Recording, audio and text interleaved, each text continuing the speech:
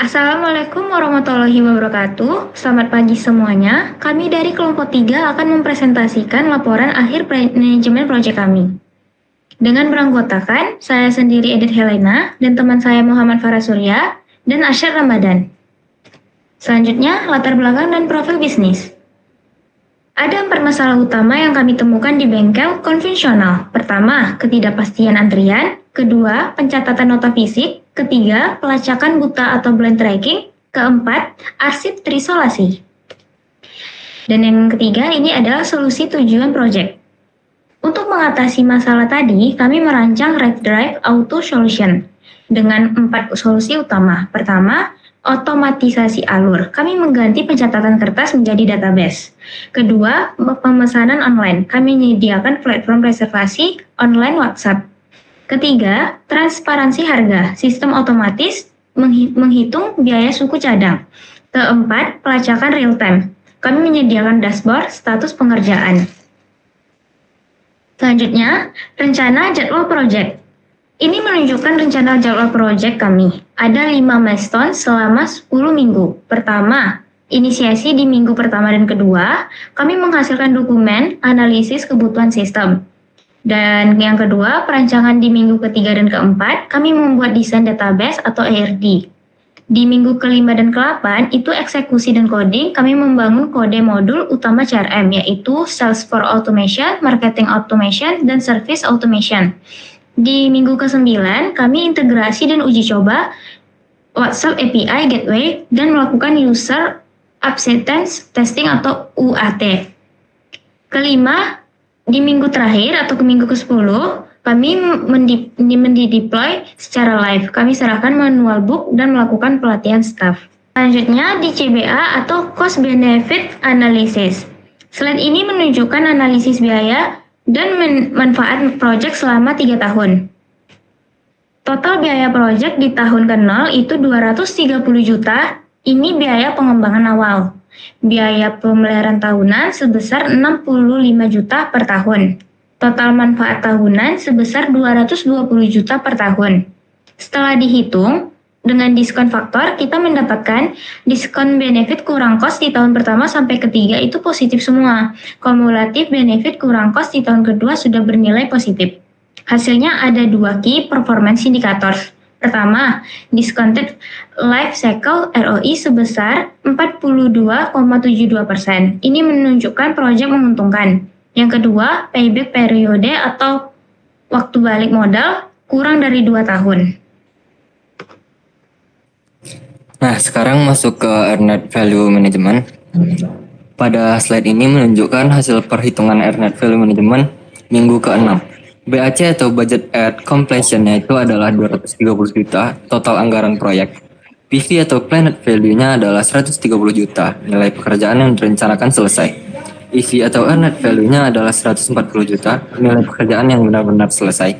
AC atau Actual Cost-nya adalah 120 juta, biaya yang sudah dikeluarkan. Dan data ini kami dapatkan menjadi 2 poin penting. Yang pertama, proyeksi 3 tahun dengan suku bunga 8% menghasilkan NPV 390 juta. Nilai ini positif, artinya proyek menguntungkan. Kedua, discontinue ROI life cycle ratio sebesar 42,72%. Dan payback period kurang dari 2 tahun, konsisten dengan slide sebelumnya. Nah, masuk ke tahapan indeks performa dan prediksi akhir proyek. Slide ini menunjukkan indeks performa proyek dan prediksi akhirnya. CPI atau Cost Performance Index-nya adalah 1,17. Nilai ini lebih besar dari 1, yang berarti biaya proyek dikelola secara efisien. Setiap 1 rupiah yang dikeluarkan menghasilkan nilai pekerjaan 1,17 rupiah. SPI atau Schedule Performance Index-nya adalah 1,08. Nilai ini juga lebih besar dari 1, yang berarti proyek berjalan 108% lebih cepat dari target jadwal. Untuk prediksi akhir proyek di minggu ke-10, EAC atau Estimate at Completion-nya adalah 196.581.197 rupiah. Ini perkiraan total biaya akhir proyek. BAC atau Budget at Completion-nya adalah 230 juta anggaran awal. VAC atau Variance at Completion-nya adalah 33.418.803. Artinya proyek ini diprediksi hemat biaya hampir 34 juta. Lanjut ke Arsyad. Selanjutnya adalah kurva S. Kurva pertama adalah kurva S PF kumulatif. Ini adalah planned value atau garis rencana kegiatan awal. Target akumulasi anggaran yang direncanakan harus terserap hingga minggu ke-6 adalah sebesar 130 juta. Dengan target akhir atau BAC-nya sebesar 230 juta. Nah, yang kedua ada IF kumulatif atau earned value. Ini adalah nilai fisik real yang berhasil diselesaikan oleh tim pengembangan di lapangan. Nilai progresnya mencapai 140 juta. Yang terakhir adalah AC kumulatif atau total pengeluaran uang secara nyata untuk mendanai pekerjaan tersebut sebesar 120 juta. Next. Dan yang terakhir adalah slide kesimpulan akhir proyek ini. Dampak bisnisnya memberikan dampak besar mendigitalisasi 100% operasional manual bengkel. Pembangunan modul CRM terintegrasi berhasil menjembatani alur kerja servis advisor, mekanik, dan administrasi kasir dengan handal. Yang kedua ada kelayakan finansial.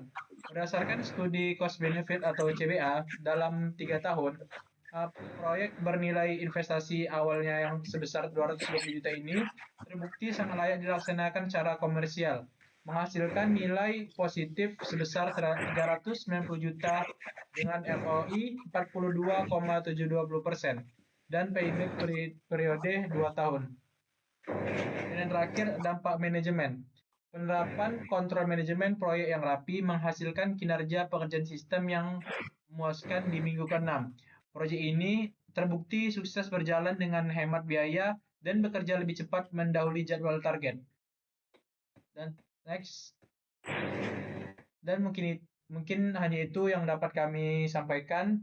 Jika terdapat salah, kami mohon maaf. Dan terakhir, wassalamualaikum warahmatullahi wabarakatuh.